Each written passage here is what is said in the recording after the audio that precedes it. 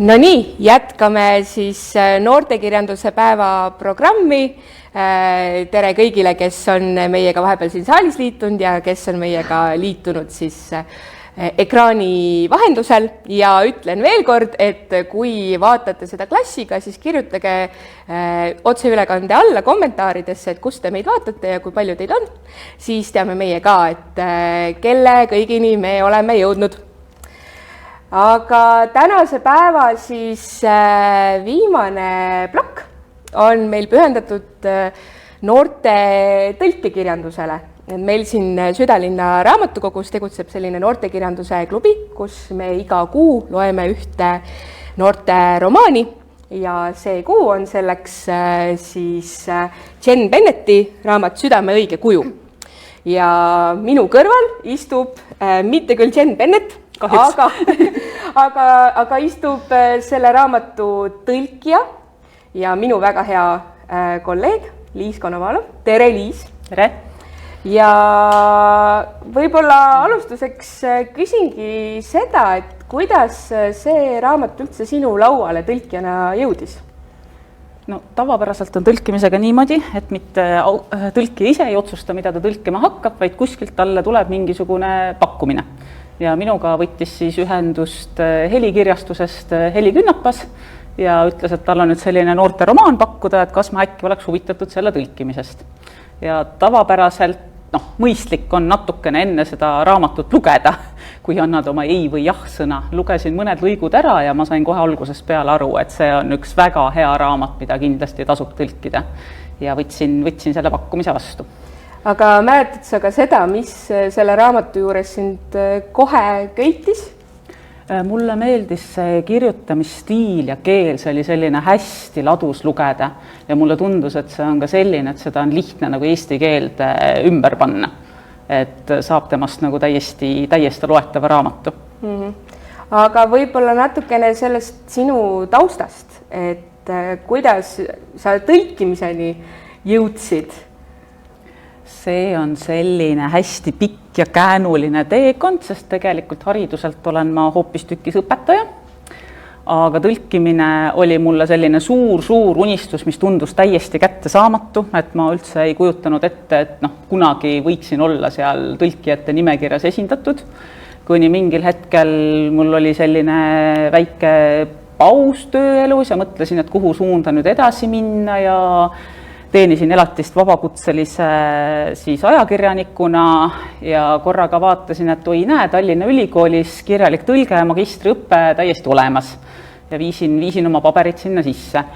Kui ma nüüd õigesti mäletan, siis ma olin see inimene, kes pidi jupp aega seal joone all ootama ja sai sisse nagu umbes viimasena valitutest. Ja siis mul on meeles ka see suurepärane hetk, kui Liis otsustas tõlkimise sisseastumiskatsetele minna ilma sõnaraamatutta. Ja loomulikult anti see proovitööks mingisugune väike jupikene, milles oli mulle umbes 1 miljon tundmatut sõna ja kõigil teistel olid sõnaraamatud kaasas. Et niimoodi ma seal joone all maandusingi. Aga lõpuks sain ikka sisse ka ja kes kunagi on bakalaureuse läbinud ja magistriõppe peale mõtleb, siis mina julgen küll soovitada, et hästi toredad olid need ülikooli aastad. Et tõele auandes pean ma küll ütlema, et mul jäi see kirjalik tõlge lõpetamata, aga mul on kõik ained läbitud ja tegemata jäi ainult lõputöö. Et mul on selline siiras unistus, et ma kunagi jõuan sellest koerasabast ka üle. Aga üldiselt tõlkemaailmas käib asi niimoodi, et need esimesed tööd maanduvad tõlkija lauale ikkagi kuidagi nagu niimoodi siit-sealt tutvuste kaudu. Et üks mu kursaõdedest oli ühes kirjastuses projektijuht ja tema mulle siis seda esimest raamatut soovitas. Mis see sinu esimene raamat oli, mida sa tõlkisid? See on nüüd selline asi, mille peale nüüd 7 aastat hiljem vaadatakse juba natukene viltu. Tegu oli teosega, mille pealkiri on Rassismi praktiline käsiraamat. Et läheb ta sinna huumorivaldkonda, kuigi raamatukogus leiab ta kohaviidaga sotsioloogia.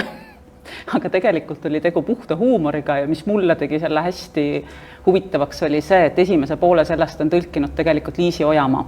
Et see vist jäigi üheks tema viimaseks tõlkeks, sai poole pealt jaks otsa ja siis edasi võtsin mina üle. Ehk siis tõlkija teekond algas sul mitte ilukirjandusega või huumor, teadmiskirjandus, žanriliselt hämar ala. Kuidas ilukirjanduse tõlkimise kogemus on erinenud sellest võib-olla siis teadmiskirjanduse tõlkimisest või tarbeteksti tõlkimisest? Kui nüüd panna need minu tõlgitud raamatud, mida on sinna natukene peale 10, äkki oli 12 või 13, siis seal on see ilu ja teadmiskirjandus, teadmiskirjandus on pigem ülekaalus, aga ilukirjandust tõlkida minu meelest on lihtsam, sellepärast et ma olen oma sõna- ja keelekasutuses suhteliselt vaba ja ilukirjandust tõlkides on olulisem see, et lugejal oleks hea lugeda ja saaks nagu see mõte edasi antud. Et mul on mõnevõrra rohkem vabad käed.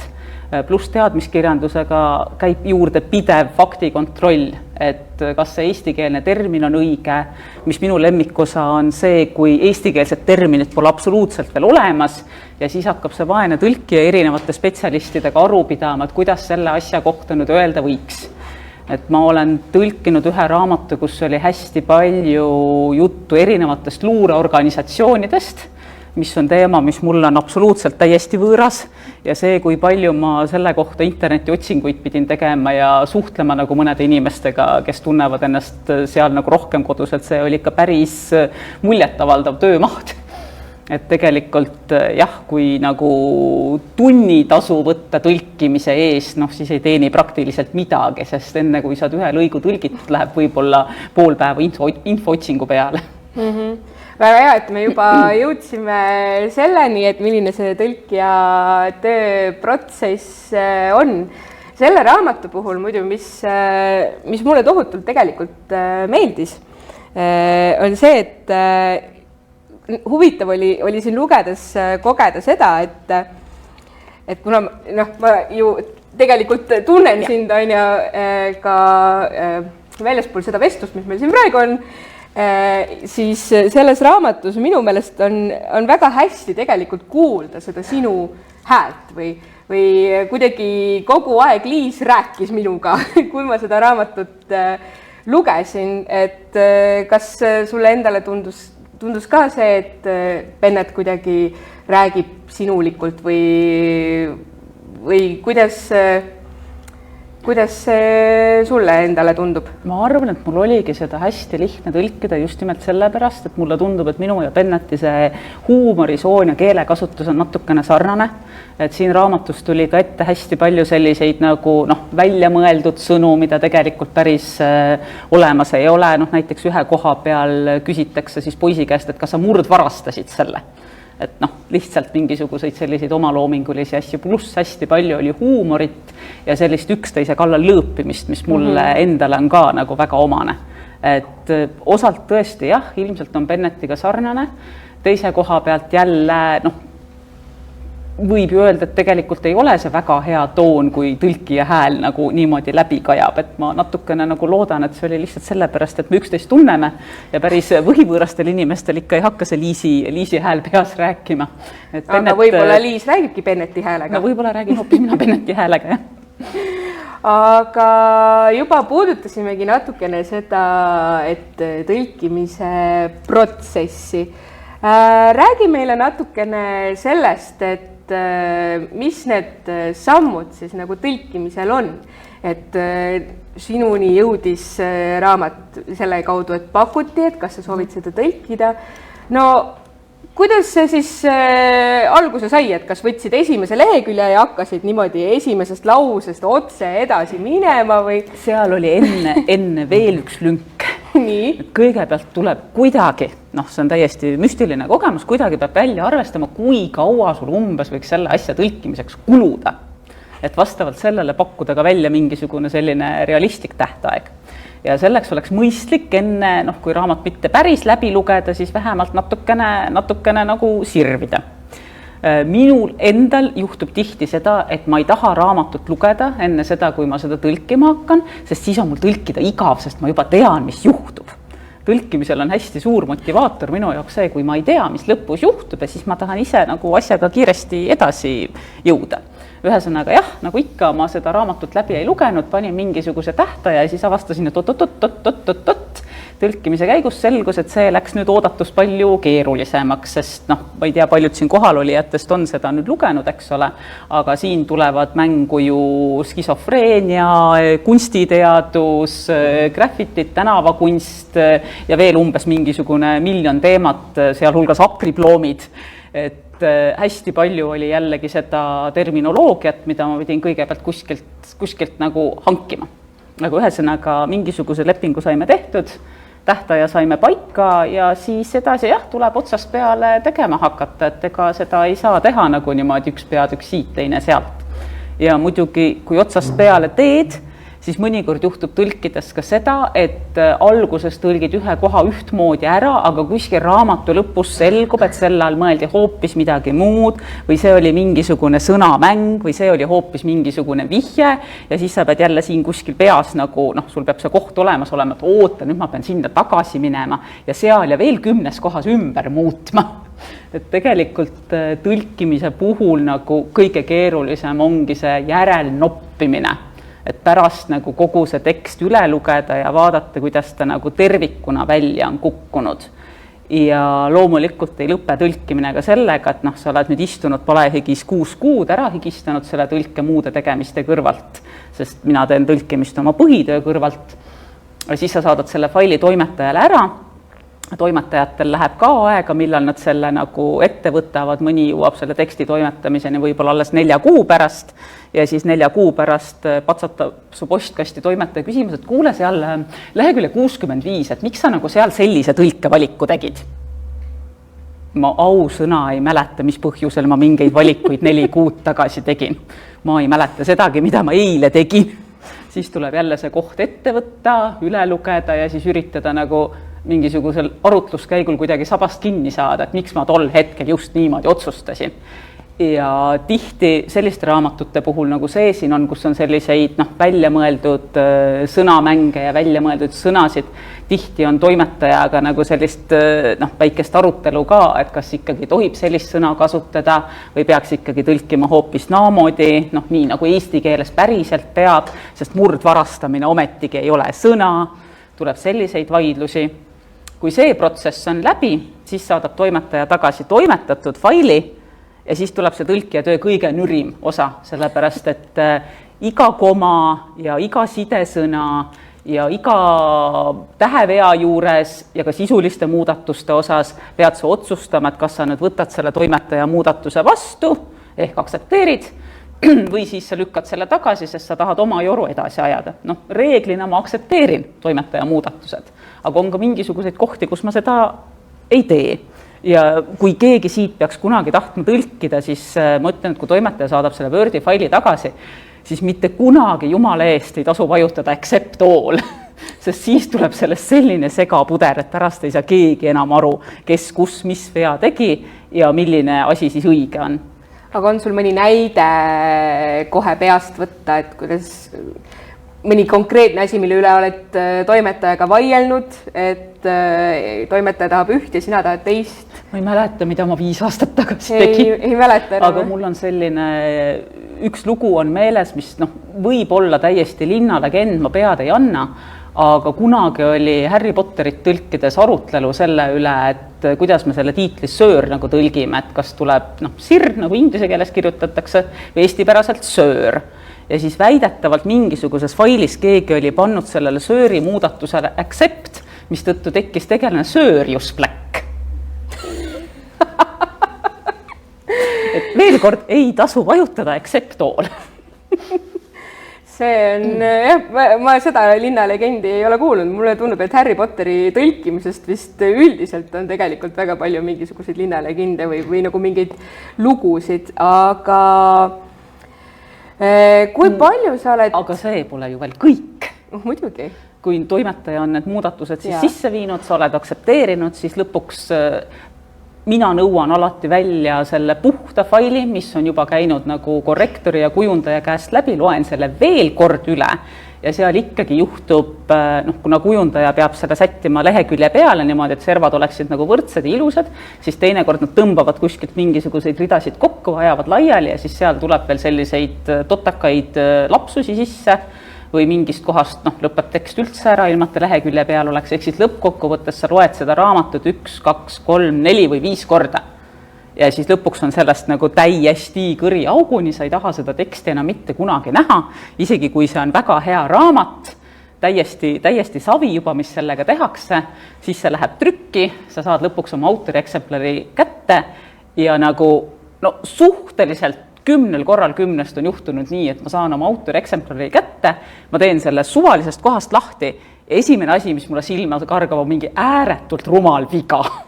Kas siis nagu sinu viga või võt seda tagantjärgi ei hakka enam kinni võtma. Kõige parem oli vist see, kui ühel raamatul oli tiiterlehel autori nimi valesti kirjutatud. See on natukene piinlik viga. Palju õnne. Just olekski jätkuküsimus olnud see, et kas sa ka juba nagu ilmunud raamatuid oled hiljem üle lugenud, aga tundub, et vist ei taha neid enam lugeda. Ma usun, et paljud on kogenud seda, et enda hääle kuulmine kuskilt telest või raadiost on selline hästi ebamugav ja kummaline kogemus. Ja minu jaoks on samamoodi nagu täiesti judinaid tekitav see oma tõlke lugemine ka, sest paratamatult ma nagu kasvan ja arenen ja ei ole sellest tekstist enam nii tüdinud ja siis ma tagantjärgi vaatan, et issand jumal, miks ma seal ometi niimoodi tegin ja oleks ju võinud veel kord üle lugeda ja kes see jättis sinna selle tähevea sisse. Et ma pigem ei loe, aga tänu sellele kohtumisele siin ma seda nüüd sirvisin üle ja siis ma avastasin, et mul ikka veel meeldib see raamat. See oli päriselt hea raamat. Ja tõlge oli ka suht okei vist. Suht okei, jah. Suht okei tõlgega. Aga teeks väikest uuringut siin saalis viibijate seas. Tõsta käsi, kui sa oled seda raamatut lugenud.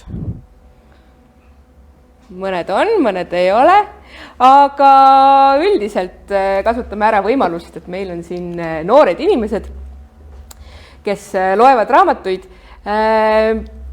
Kuidas sellega on? Mis keeles te eelistate lugeda? Kes eelistab lugeda inglise keeles? Ahah, siuke. Täitsa ausalt võib. Võid 2 korda ka kätt tõsta, olemas keeles. Jaa, okei. Vaatan, et siin siuke natuke üle poole vist. No kes loeb autorite raamatuid eesti keeles? Tõlgituna. Et loete ka tõlgituna. Aga kes eelistab lugeda eesti kirjanike teoseid? Mõni ka. Okei, vaatan, et siin paistab, et enamus vist eelistab lugeda inglise keeles ja tõlkekirjandust. Väga põnev. Aga kas keegi soovib ka jagada, et miks te eelistate näiteks inglise keeles lugeda? Jaa. No ma loen nagu originaalkeeles, et siis ikka mingi tähendus et sina eelistad lugeda originaalkeeles, sest siis ei kao tähendus ära. No ei muutu nagu tähendus, näiteks mingi fraas ei saa eesti keeles samamoodi jääda nagu inglise keeles. Mõnda asja ei saa öelda eesti keeles niimoodi nagu inglise keeles. No kuidas sulle tundub näiteks, kas selle raamatu põhjal või mõne teise raamatu põhjal, mis sa oled tõlkinud, kas on sul tekkinud olukord, kus tõesti nagu mitte kuidagi ei tule see eestindamine välja? Selles konkreetses raamatus oli suht palju tähelepanu peategelaste soengutel ja tõepoolest, et kui ma ütlen popkat, siis te nagu saate aru, aga kuidas see asi eesti keeles nagu on? Ma ei tea, kas kõik teavadki, mis see popkat üldse on? Baasisoeng. Ma arvan, et kui oleks ka baasisoeng, siis tekiks paljudel selline hämming. Siin vist oligi baasisoeng vist lõpuks. Ja siis oli, ma ei mäletagi, kuidas ma selle nüüd tõlkisin, aga sellel peategelasel oli ju ka selline omavärane juukselõikus, mis ei olnud päris mullet, vaid oli nagu mingit muud tüüpi ja seda ma ka otsisin tükk aega, et kas nagu on eesti keeles üldse sellist sõna. Üleüldse selles raamatus tegelikult, mis ma panin tähele, oli päris palju viiteid just Ameerika popkultuurile. Ja noh, näiteks kas või soengute osas, et nüüd on jällegi see, et kui siin mõned aastad tagasi tuli välja uus Wednesday telesari, siis mulle tundub, et nüüd on see tegelane Wednesday Addams jälle kuidagi nagu kultuuriteadvusesse tagasi tulnud, et noh, viimati oli ta seal kuskil 90ndate alguses. Sel ajal, kui mina seda tõlkisin, siis minul ei olnud õrna aimugi, seda ma pidin ka jällegi internetist otsima, et nagu mis Adamsite vihjeid nad nüüd teevad, et kes see on? No kui palju siis ikkagi, et noh, et ütlesid, et olete tõlkinud teadmiskirjandust ja hästi suur aur läheb selle peale, et siis teha seda uurimistööd, et noh, kuidas siis ilukirjandusega on, et siin on vist ka seda uurimistööd on omajagu. Ja ma olen vähemalt selle koha pealt aus, et ma ütlen täiesti ausalt, et mina ise nagu kõigega kursis ei ole. Ma võib-olla tean nagu mingisugust osa tänapäeva popkultuurist, aga kindlasti mitte kõike. Ehk siis minu puhul tõlkija parimaks abimeheks on olnud minu Facebooki sõbralist 1000 inimesega, kus saab visata nagu küsimus üles ja küsida, et kas keegi asjast X teab midagi. Ja siis tuleb sinna alla trobikond vastusid, et tegelikult on hullult hea, kui sul tõlkijana on iga asja jaoks oma ekspert kuskilt varnast võtta, kes sulle need asjad ära seletab. Et õnneks on mul ka popkultuuri eksperte. Et iga tõlkija taga on terve meeskond. Terve meeskond. Kas on vahepeal tekkinud publikus mingisuguseid mõtteid selle raamatuga seoses või üldse seoses noortekirjanduse tõlkimisega?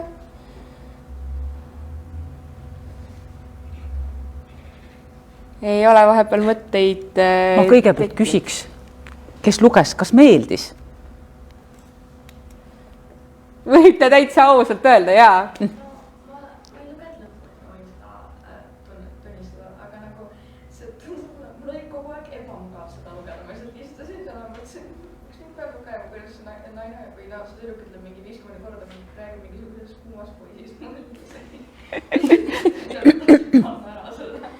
Aga see poiss oli päris kuum kirjelduse järgi. Ma lihtsalt kordan vahepeal küsimust mikrofoni ka üle, et see on lihtsalt kommentaar oli see, et tekitas natukene ebamugavust see, et poiss oli nii kuum. Kusjuures see väga hea tähelepanek, sest et mul endal oli ka seda raamatut lugedes tegelikult see sama mõte vahepeal, et üleüldse nagu noortekirjandust lugedes, minu kogu aeg on kõik kutid on nagu nii kuumad. Tahaks vahel lugeda ka koledatest poistest midagi. Kuidas sulle endale tundub? Ma ei tea, võib-olla ta ei olnud siis lihtsalt minu maitse, aga tõlkimise koha pealt oli üks koht, kus jällegi kutt oli nii kuum ja siis tal oli see 4H noorteklubi püksirihm, mis on jällegi üks asi, mis ilmselt nagu jääb Eesti lugejal arusaamatuks, et tegu on nagu kristliku ühendusega. See tekitas mul ka hullult küsimusi, et mis see nagu 4H aga seda ka nagu kuidagi muud moodi ma sinna tõlkida ei saanud. Sinna ilmselt oleks võinud panna joonealuse märke, aga jah, et kristlik noorteühendus, et sul on nagu hästi kuum kutt ja siis tal püksirihma peal on kirjas olen kristlane. No üldiselt täheldasin seda, et siin raamatus ei ole ühtegi joonealust viidet või kommentaari, mis tihtipeale tõlkekirjanduses ikkagi on, et kuidas sellega on, et miks sa niimoodi otsustasid, kui tohib küsida? Sel puhul on tegu tõesti pigem täiesti minu isikliku eelistusega, et need joonealused märkused aitavad vahel kaasa sisu mõistmisele, aga minu enda jaoks need natukene hakivad lugemiselamuse ära, ehk siis kui on võimalik, siis ma kas pigem eestindan täiesti selle sõnamängu või mis iganes seal on, või üritan kuidagi niimoodi tõlkida, et ta ei vaja seda selgitust, pluss mulle ka väga meeldib nagu see lause, et tuleb usaldada seda, et lugeja on ise piisavalt nutikas.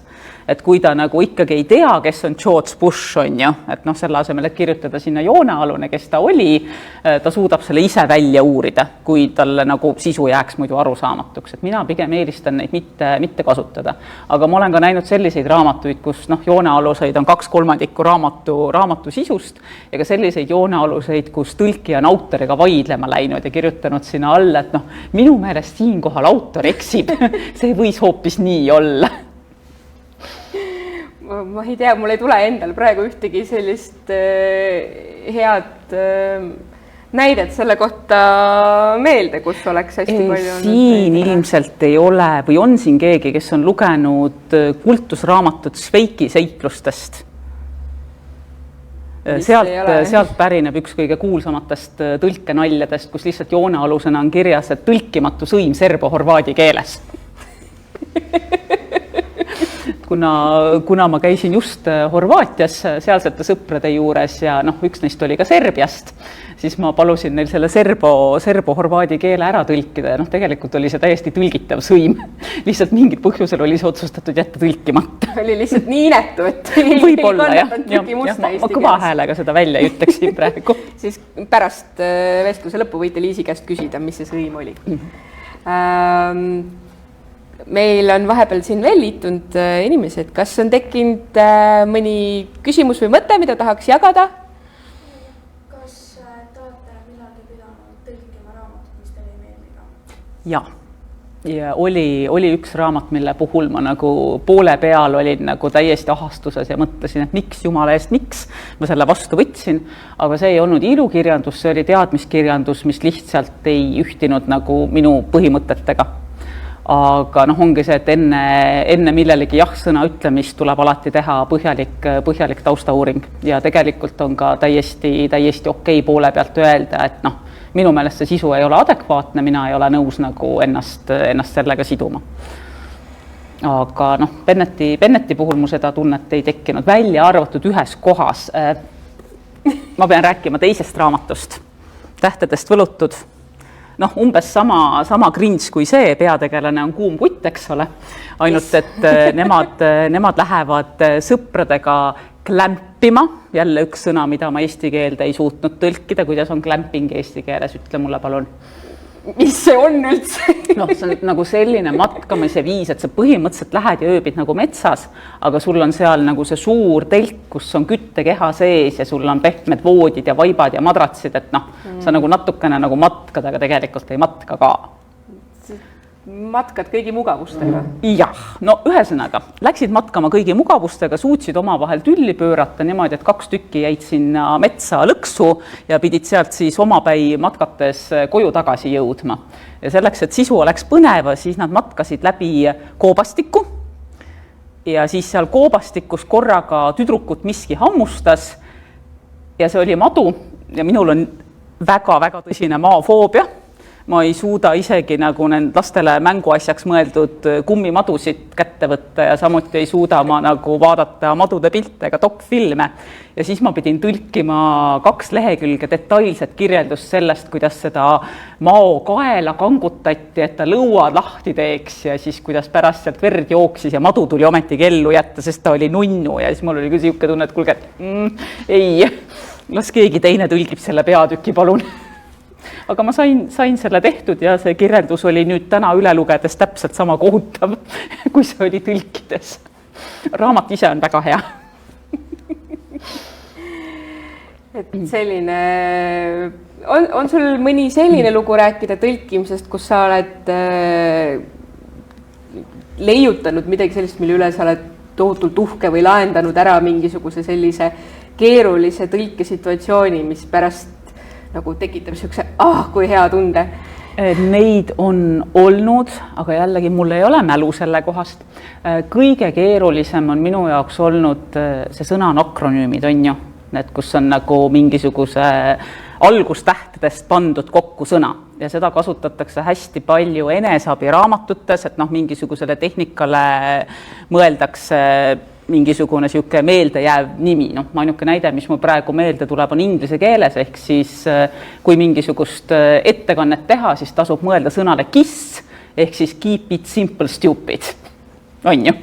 Aga kui neid asju hakata nüüd eesti keelde tõlkima, siis see on nagu suhteliselt lootusetu üritus, sest need psühholoogiaalased terminid ei pruugi üldsegi ju alata sama sõnaga, või sama tähega, mis inglise keeles ja kõikidele ei õnnestu nagu neid eestikeelseid vasteid moodustada.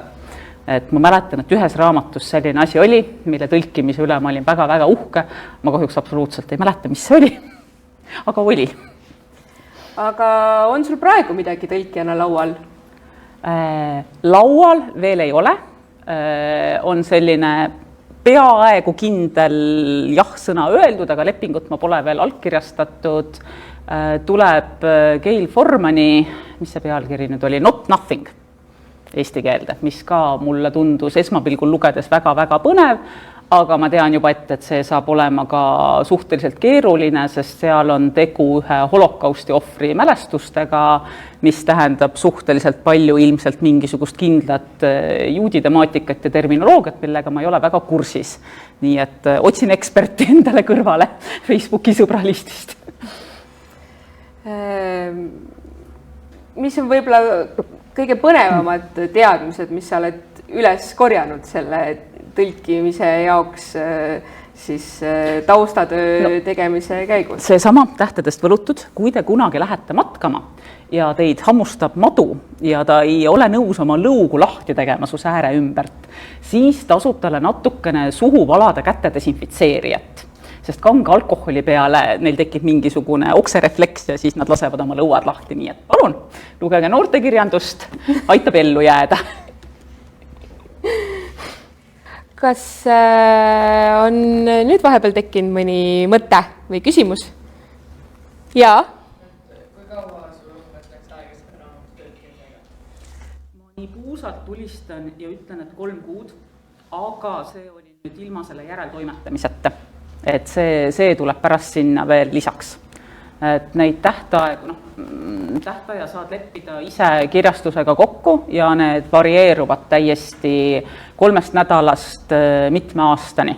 Et mina nagu mingit sellist eriti klassikalist teost ei ole tõlkinud, aga ma ei tea, kui kaua selle Ulyssese peale läks. Kindlasti mitte 3 nädalat, pigem oli aastates.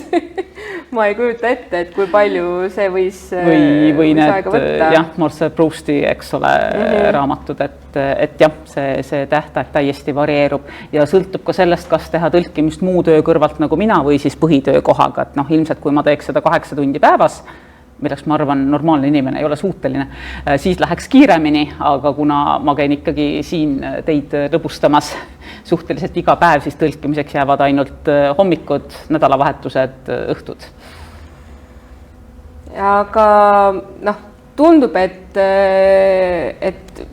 ma ei tea, noored võite kinnitada, ümber lükata, et vist väga palju raamatusoovitusi tegelikult praegusel ajal tuleb ju TikTokist.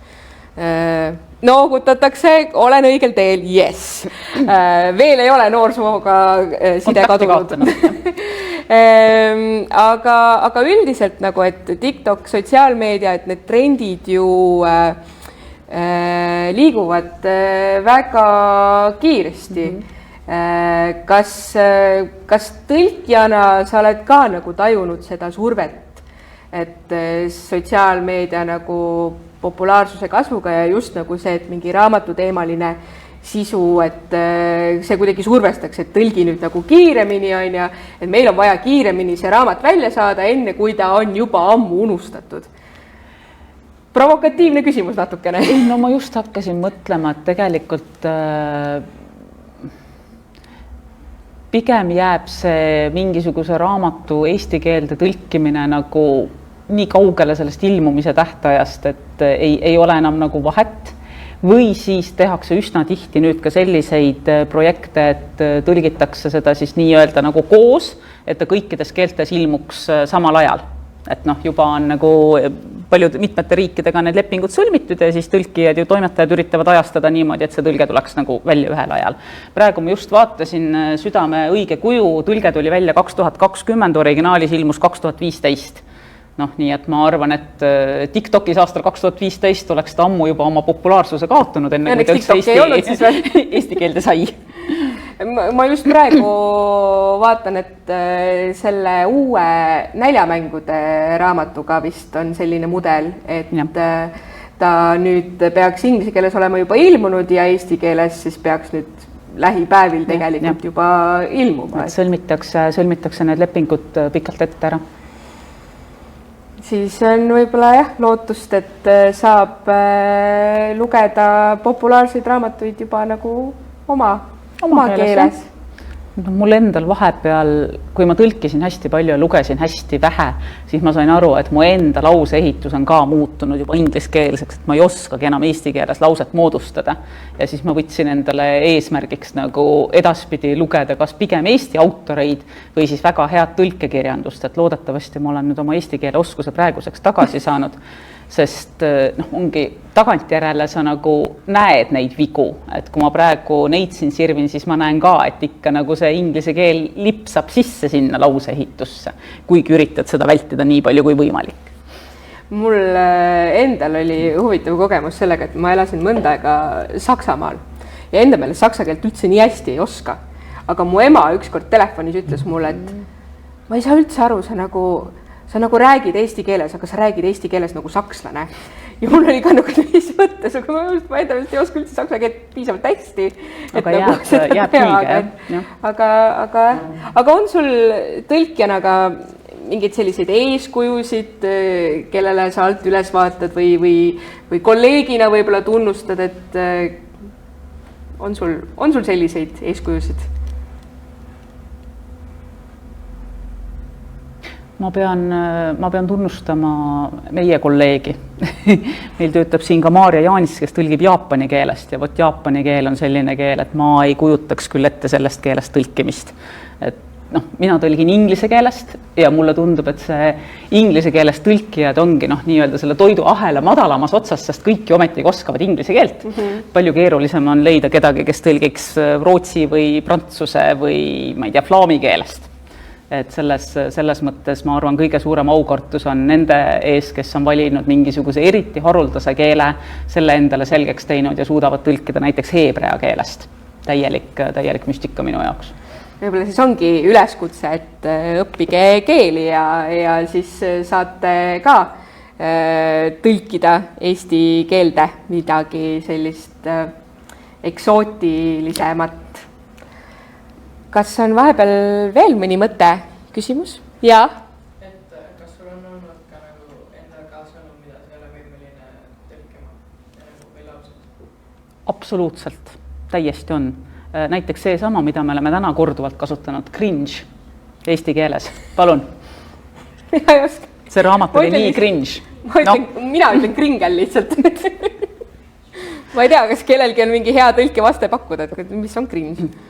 Kusjuures no kas ei ole see, seal on ikkagi mingisugune nüanss juures, et ta on natukene teine. Sõnaga cringe on see, et see on nagu mitme emotsiooni segu. Seda raske nagu seletada. Just. Võib-olla ongi sellised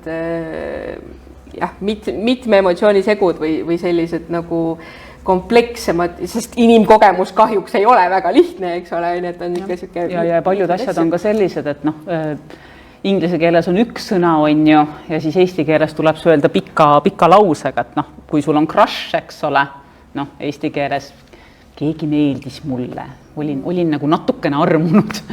Olin natukene armunud, aga nagu mitte päris. Natukene. Sisse võetud. Võib-olla. Kusjuures ma ütleks, et ma ei tea, kas cringe on nagu õige sõna, mida ma kasutaks selle kohta, et mulle nagu see raamat tegelikult väga meeldis. Ma olin ise jumala üllatunud, et kui palju see mulle tegelikult meeldis, et just see, kuidas siin on päris palju kihte ja et need tegelased ka ei ole nagu kuidagi siuksed mustvalged tegelased, vaid neil on ka erinevaid nüansse ja iseloomuomadusi. Ja mis mulle kõige rohkem meeldis, kuigi palju oli juttu sellest, kui kena on see kutt, on ju, siis tegelikult isegi kui tüdruk oli kõrvuni armunud, ta ei kaotanud ennast nagu sellesse suhtesse ära, vaid ta tegeles ikkagi edasi oma hobidega ja käis koolis ja suhtles perega, et ei olnud ainult see, et nüüd ongi see kutt ja see kutt on kogu mu maailm. Et see oli nagu hästi tervislik ja mulle tundub, et see tervislike suhete näitamine ongi nendes mõlemas Benneti raamatus ühendav joon. Et suhted perega on nagu sellised hästi mõnusad, et kui vahel tundus, et nagu absoluutselt maailma kõigil noorte romaanide kangelastel peab olema täiesti dysfunktsionaalne perekond, et kindlasti nagu, ma ei tea, ema peab olema ära jooksnud ja isa joob ja keegi kedagi peksab, siis siin on nagu tegelikult sellised toredad kokkuhoidvad perekonnad. Kellel on ka ikkagi omad luukered kapis oma luukered kapis ja oma probleemid. Lapsed psühhiaatri kliinikus. Jah, nagu aga nad nagu on selle kuidagi enda jaoks ära lahendanud ja nagu suhtlevad omavahel ja võtavad seda nagu loomulikult. Mulle ka üks asi, mis mulle väga meeldis, oli see, kuidas ma ei tea, julgen väita, et kellelgi vist päris nagu ideaalset perekonda ei ole. Ja ka selles raamatus ju tegelikult olid väga keerulised peresuhted, aga sealjuures oli see kuidagi mingis positiivses võtmes või ikkagi läbi selle, et me oleme ikkagi perekond ja hoiame kokku ja armastame üksteist, mis siis, et meie suhted on keerulised. Et see oli, ja mulle nagu eriti meeldis selles raamatus see õe ja venna vaheline suhe nagu. Siuke nii nunnu ühtehoidev lõõpimine käis oma vahel. Jah, mõlemal juhul tegelikult, et nii selle Beksi ja tema venna omavaheline suhe, kui siis ka Jacki ja Jilli omavaheline suhe. Kas keegi, kes on lugenud, tahab vastu vaielda diskussiooni veel midagi panustada? Lugesin seda ka meeldis. Üllatavalt hea lugemine oli, kiiresti läks läbi. Ainult see oligi kuidagi Jack mõnes mõttes tundus nagu liiga perfektne. Nagu mõnes mõttes, et selline täiesti perfektne illegaalne tänavakunstnik. Mõnes mõttes, et mitte siuke täielikult, et rikka linnapea poeg ja budist ja palvetab ja kuigi mitte ka täielikult, aga püüab ja see, kuidas selle Beksi ja Jacki kohtumine see kuidagi tundus siuke veider, et see südaöös seal bussis ja kohe siuke usaldus. Ja kus juures minul endal oli ka tegelikult lugedes, mul oli hea meel, et see nende vaheline suhe nagu ikkagi lõpuks tundus kuidagi nagu inimlikum või nagu realistlikum, aga et see esimene kohtumine et see, et ma olen öösel kuskil mingis bussis, kus on mingi pilt ilus, üleni mustas veider tüüp ja siis ma olen nagu mingi kohe armunud, et see tundus nagu alguses siuke, et ma nüüd ei tea, kuhu see lugu läheb, aga tegelikult mulle tundub, et läks ikkagi nagu kui ma nüüd siin vanema inimesena peaaegu 40 ikkagi siis tegelikult minu elus on olnud täpselt selliseid täiesti random kohtumisi, mis nagu võib-olla raamatusse pannes ei tundu tõepärased, aga tegelikult just nii juhtusidki. Et näiteks oma esimese püsisuhtega sain ma tuttavaks arvutiklassi ukse taga, kuhu temal mitte mingit asja ei olnud, sest tema ei käinud seal koolis, aga juhtumisi sattusime sinna ja siis ta tegi mulle ukse lahti ja mulle jäi ta meelde ja uuesti me kohtusime alles 3 aastat hiljem. Et tegelikult juhtub selliseid asju, et see ei ole nüüd siuke igapäevane ilmselt, aga see ei ole ka väga ebarealistlik. No see ongi see, et vahel päris elus juhtuvadki asjad, mida ei suudaks kirjanduses nagu... Ja ma pean Benneti kiituseks ütlema, et teise raamatu peategelased jällegi on 100 aastat sõbrad olnud ja siis on tülli läinud ja siis, kui nad tülist üle saavad, siis tekib nende vahel armastus, et jälle täiesti teistmoodi tutvumislugu. Kas on veel mõni küsimus saalis? Mul tegelikult on see natuke huvitav küsimus, et kuna te tõlgite inglise keelest eesti keelde, kas te arvate, et te oleksite võimeline võib-olla ka eesti keelest inglise keelde tõlkima? Ei. Mina ütlen selle koha peale kindla ei, sellepärast, keeles on hästi palju selliseid tunnetuslikke tähendusvarjundeid, mida sa mõistad ainult siis, kui sa räägid seda keelt emakeelena. Et ma olen täiesti kindel, et ma võiks mingisuguse teksti inglise keelde tõlkida, aga ilmselt sealt jääksid väga-väga paljud asjad puudu, mida mina eesti keele rääkijana lihtsalt inglise keeles ei taba ära. Nii, seal on ka. Mis on su lemmikraamat, mida sa tõlkinud oled? Ma arvan, et üks nendest kahest ongi. Et teised on nagu selline teadmiskirjandus, kuigi teadmiskirjandusest mulle meeldis väga läbipõlemisepideemia. Et seda on teile veel võib-olla natukene vara soovitada, kuigi ka koolis on väga keeruline, aga see oli ka väga hea. Aga need Benneti omad olid sellised tõesti selline lihtne lugemine, et ei pea nagu väga palju ajusid pingutama. Aga kas on tõlkimise käigus läinud idanema ka see mõte, et ise kirjutada oma algupärast teksti? No algupärase tekstiga niimoodi, et ma olen kirjutanud kunagi, kui ma veel noor olin, luuletusi ja ma suudan ka kirjutada täiesti adekvaatse novelli, aga mul ei ole nagu nii palju püsivust, et kirjutada romaani, ma arvan. Et ma just suhtlesin ühe oma sõbraga, kes on kirjanik ja ta rääkis, kuidas ta oma viimast romaani kirjutas, et istus seal otsas ikkagi mitu kuud ja tõstis neid tekstilõike ühtpidi ja teistpidi ümber ja ma ei suudaks iial seda teha, sest selle aja peale, kui ma selle tekstiga lõppu jõuan, olen ma juba ära unustanud, mis mul see algne idee oli. Nagu ka tõlkimisega, et jõuad raamatu lõppu ja on juba alguse tõlge meelest läinud. Aga meie aeg täna hakkab otsa saama.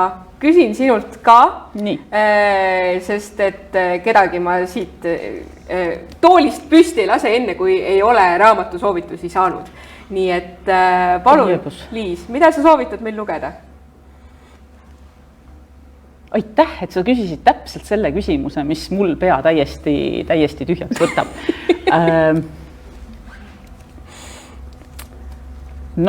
Ilmselt millalgi teil kõigil kohustusliku kirjandusena tuleb, sest ta siiamaani seal kohustusliku kirjanduse hulgas on Emil Tode Piiririik, mis omal ajal tekitas päris suure furoori, nüüd vaadatakse teda juba natukene teistmoodi, aga mulle tohutult meeldib tema keelekasutus ja see, kuidas ta ei ütle asju otse, vaid need jäävad kuidagi nagu ridade vahele õhku rippuma. Et mulle Piiririik omal ajal väga meeldis. Kui nüüd vaadata nende natukene nende noortekate peale, mis ma olen viimasel ajal lugenud, siis jumala eest ma tahaks, et mul oleks praegu ees mu Goodreadsi äpp ja ma saaksin sealt vaadata, mida ma olen lugenud, sest ma ei mäleta. Ma lugesin just midagi. Mingi säde oli väga hea. Ja oli ka selline raamat, et ma lugesin ja nutsin ja siis lugesin edasi ja Grete Rõõmu Kaarnapuu meeldis mulle ka. Väga head soovitused. Ja Liis on meil siin ju ka peaaegu iga päev majas olemas, nii et otsige Liis üles. Kolmandat korruselt koju laenutuselt saate lugemissoovitusi alati. Jah, saate otseallikast igal ajal küsida. Aga suur aitäh sulle, Liis, et sa meiega vestlema tulid. Suur aitäh kõigile, kes saalis sellest vestlusest osa võtsid ja suur aitäh ka kõigile, kes meid siis otse ülekandes või ka järelvaatamisena vaatasid ja kuulasid. Sellega on selleks aastaks siis noortekirjanduse päev lõppenud. Ma väga tänan kõiki osalejaid, nii esinejaid kui kuulajaid, vaatajaid ja kohtume järgmisel aastal.